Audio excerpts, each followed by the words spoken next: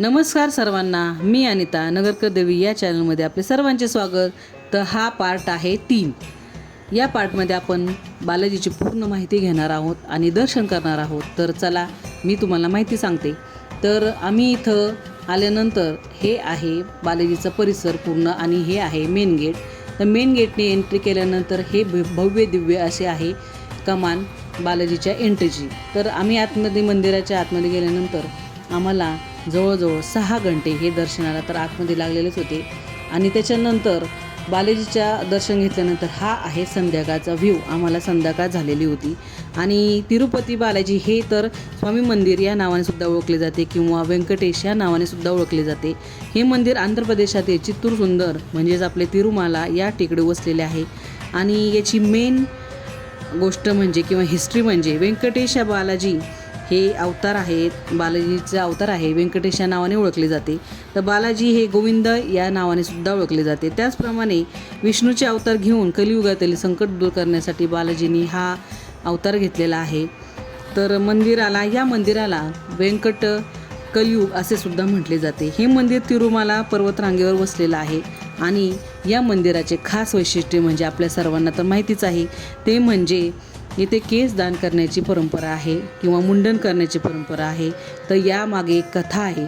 तर एकदा बालाजींना स्वतः दुखापत झालेली होती आणि ती जखम दूर होत नव्हती। तर तेव्हा त्यांना लीलादेवी नावाच्या एका गंधर्व कन्येने आपले केस दान केलेले होते, म्हणजे कापून त्या जखमीवर लावलेले होते। तर तेव्हा भगवान विष्णू म्हणजेच आपले बालाजी यांनी तिचे सर्व इच्छा पूर्ण केल्या आणि तिला वरदान दिलेलं होतं म्हणून। आणि हे अहंकार दूर करण्याचे प्रतीक मानले जाते। आणि हे मंदिर जगातील सर्वात सुंदर आणि सर्वात श्रीमंत म्हणून ओळखले जाते। आणि या मंदिराचे वार्षिक उत्पन्न हे हजारो कोटीने आहे। आणि इथे विशेष म्हणजे इथला लाडूचा प्रसाद हा अत्यंत चविष्ट आणि गुणवत्तेने भरलेला आहे। हे मंदिर जवळजवळ 1500 वर्षे जुने आहे आणि हे मंदिर सोन्याने मढलेले आहे आणि हे तर आपल्या सर्वांना माहीतच आहे। तर अशा पद्धतीने बालाजीची मी तुम्हाला माझ्या पद्धतीने मी माहिती सांगितली, ती कशी वाटली कमेंटला नक्की सांगा।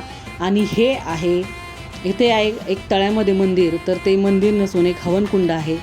तिरुपती बालाजीच्या 15 दिवस यात्रा असते, तर त्यावेळेस इथे 15 दिवस हवनकुंडामध्ये हवन चालतो आणि अशा पद्धतीने आम्ही छान प्रकारे दर्शन घेऊन इथे महाप्रसादाचा आनंद घेतला, छान असे जेवण केले।